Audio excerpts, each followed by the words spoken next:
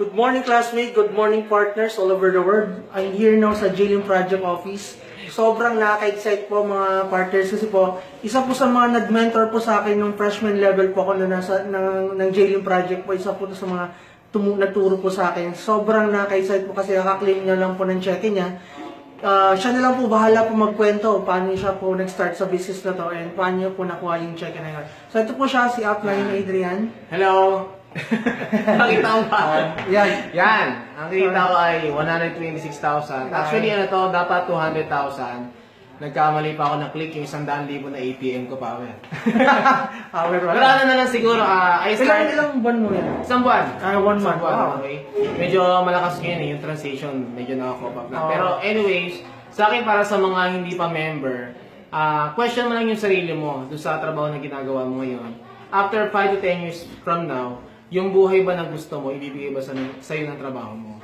Okay. Ngayon, kung hindi naman, try mo yung AIM Global. Kasi marami na sa AIM Global ang nakakuha ng mga pangarap nila. Marami na sa kanila ang mga nagbago yung buhay. Even me.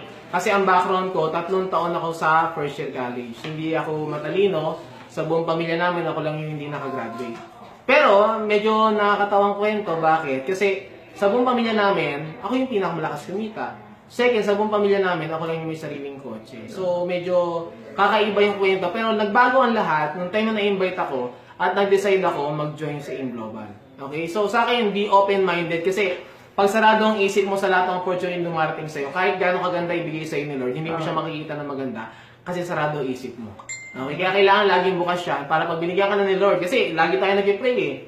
Lord, bigyan mo ako ng blessings, bigyan mo ako ng opportunity. Binibigyan na sa'yo kaso nga lang dahil negative yung isip mo at the same time negative yung hindi ka open-minded, hindi mo makita. Kaya pag may nag-invite sa'yo ng AIM Global, grab it. Kasi wala namang mawawala. Lalo na kapag wala ka naman talaga. Pag nag-try ka, baka mas marami pa matagdag sa'yo. Katulad ko, wala naman ako dati. Nag-start ako, ang pera ko ng 20 lang. Ngayon, yung ganitong klaseng income, ito yung normal na kinikita ko every month. At actually ito, napakalit nito. Mas malaki pa yung tax nung upline ko sa kinikita ko. Tax pa lang nun. Mas malaki na dito. Kaya ang laki ng pupuntahan ng AIM Global once na sumabay ka sa amin. 5 to 10 years from now, imagine, magkano na kaya kinikita mo na? Ano na kaya buhay mo na? Okay? Anong tip mo sa mga member na? Sa mga member na, tandaan mo, iba't iba tayo ng proseso. Iba't iba tayo na pinagdadaanan. Okay, may mabilis, may mabagal. Pero ang bottom line, after 10 years, dun ka tumingin. After 10 years, ano ka na kaya? Kapag consistent mo ginawa yung AIM Global, nang dire-diretso yung pag-aaral, dire-diretso yung pagtatrabaho. Okay? So anyway, thank you so much, Upline. Thank you. Bye. So yun lang naman po mga partners. Good morning and happy business day, power!